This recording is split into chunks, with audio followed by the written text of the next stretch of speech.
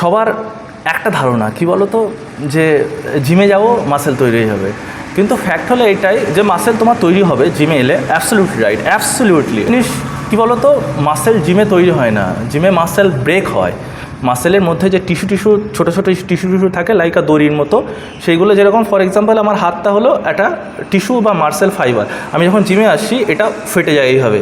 ফেটে গেলে কি হয়, প্রত্যেকটা মাসেলের মাঝখানে ব্লাড ভাসেল যায়, তার কারণে আমার মাসেলটা এভাবে ফুলে যায়।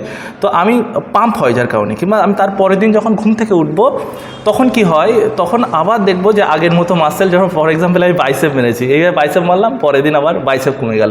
তার মানে এই নয় তোমার বাইসেপ কমেছে, তোমার বাইসেপ ঠিকই আছে, ওটা পাম্প ছিল, মানে মাসেল ফ্লপি ছিল।